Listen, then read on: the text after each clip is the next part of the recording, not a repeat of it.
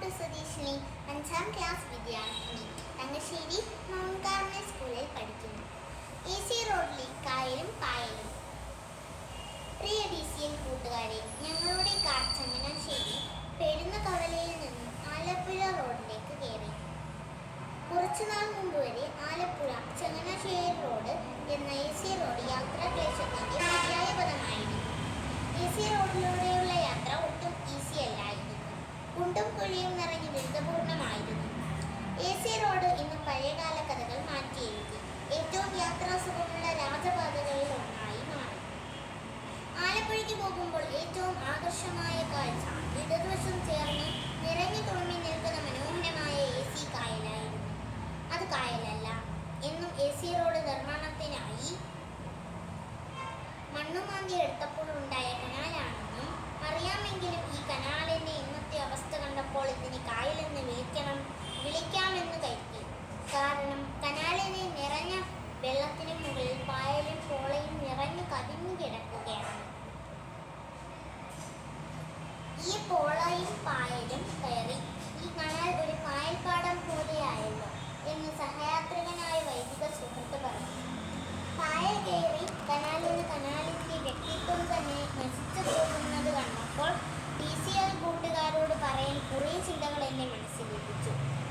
അത് കൂട്ടുകാർ കെഴുകുമ്പോൾ ശീർഷകത്തിന് ഒരു പ്രാസഭംഗി ഉണ്ടാകട്ടെ എന്ന് കരുതിയാണ് AC റോഡിലെ കായലും പായലും എന്ന് ശീർഷകം നൽകിയത്.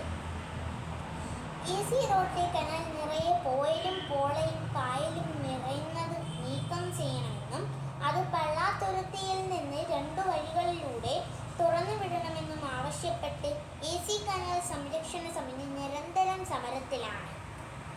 പള്ളാത്തുരുത്തിയിൽ നിന്ന് പൂക്കൈത്ത ആറ്റിലൂടെ തോട്ടപ്പള്ളി സ്പിൽവേയിലേക്കും പുന്നമടക്കായലിലൂടെ വേമ്പനാട്ട് കായലിലേക്കും ഈ പോളയും പായലും ഒഴുക്കിവിടാമെന്നും അങ്ങനെ കനാൽ തീര നിവാസികളുടെ ജീവിതം സുരക്ഷിതവും ആശ്വാസകരവുമാക്കാമെന്നും നാടിന്റെ നന്മയ്ക്കായി യത്നിക്കുന്ന കനാൽ സംരക്ഷണ സമിതി നിർദ്ദേശിക്കുന്നുണ്ട്. ഇതോടൊപ്പം വേമ്പനാട്ട് കായലിലെ പായൽ തിന്നു തീർക്കാൻ സർക്കാർ ലാറ്റിനമേരിക്കയിൽ നിന്നും ഇറക്കുമതി ചെയ്ത നയോകെറ്റിന എന്ന വണ്ടികളെ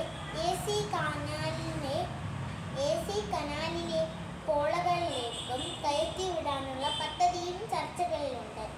കൂട്ടുകാരെ, നമ്മുടെ ചിന്താവിഷയം ഇതിനോട് ചേർത്ത് വായിക്കണം. റോഡ് പണിയാൻ മണ്ണെടുത്തപ്പോൾ രൂപപ്പെട്ട കനാലാണെങ്കിലും വെള്ളം നിറഞ്ഞ AC കനാൽ തീരത്തുകൂടെയുള്ള യാത്ര പകലും രാത്രിയും സുന്ദരമായ ദൃശ്യങ്ങൾ വിരുന്നാണ്. പോള പോകുന്ന കാലത്ത് പകൽ യാത്രക്കാർക്ക് ഈ സുന്ദര കാഴ്ച അവർണ്ണനീയം തന്നെ. എന്നാൽ പോളപ്പൂക്കൾ ചീയുമ്പോൾ ഉണ്ടാകുന്ന ദുർഗന്ധം ചീറിപ്പായുന്ന യാത്രക്കാർ അറിയുന്നില്ല.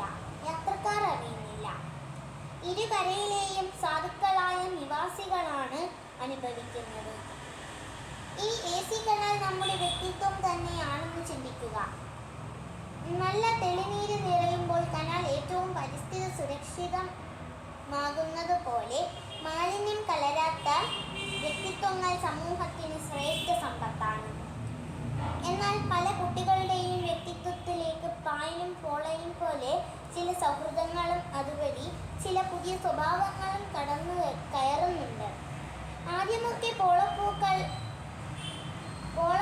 പോലെ അതിൽ പലതും ആകർഷകമായി തോന്നുമെങ്കിലും പോളപ്പൂക്കൾ ചീഞ്ഞ് ദുർഗന്ധം പടർന്ന് സമീപവാസികൾക്ക് ജീവിതം അസഹ്യമാകുന്നത് പോലെ നമ്മിൽ പലരുടെയും സ്വഭാവം മോശമായി മാറുന്നുണ്ട്.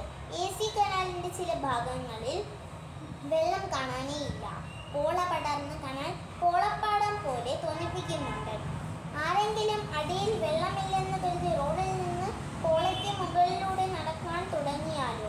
കൂട്ടുകാരെ, നമ്മുടെ വ്യക്തിത്വത്തെ കാർന്നു തിന്നുന്ന നമ്മുടെ അസ്തിത്വത്തെ തന്നെ വിഴുങ്ങിക്കളയുന്ന സൗഹൃദങ്ങളും ശീലങ്ങളും നമ്മൾ നീക്കം ചെയ്യണം. കനാൽ സംരക്ഷണ സമിതി പോലെ നമ്മുടെ ചുറ്റും മാതാപിതാക്കളും ഗുരുജനങ്ങളും നിർദ്ദേശങ്ങളുമായി വരുമ്പോൾ ഹൃദയം തുറന്ന് സ്വീകരിക്കാം. ദുശീലങ്ങളെ പാടെ നശിപ്പിക്കാൻ ശേഷിയുള്ള നല്ല മൂല്യങ്ങളുടെയും ഉറച്ച ബോധ്യങ്ങളുടെയും വണ്ടുകളെ നമുക്ക് ഉള്ളിലേക്ക് തുറന്നു വിടാം.